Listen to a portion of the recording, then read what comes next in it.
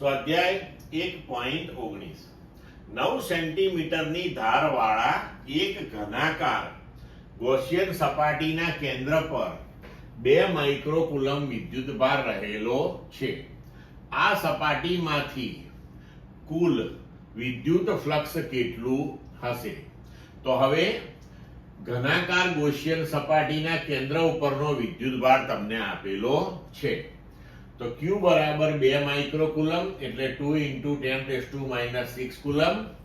L આપણને આપી છે 9 સેન્ટીમીટર.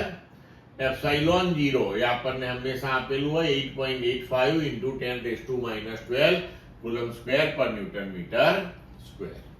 હવે phi બરાબર Q/ε0. તો Q નું મૂલ્ય મૂક્યું, એપ્સાઇલોન 0 નું મૂલ્ય મૂક્યું આપણે, તો સપાટીમાંથી કુલ વિદ્યુત ફ્લક્સ આપણને મળશે 2.26 × 10⁵ ન્યૂટન મીટર સ્ક્વેર પર કુલમ. ખૂબ સરળ છે. ક્લિયર મિત્રો?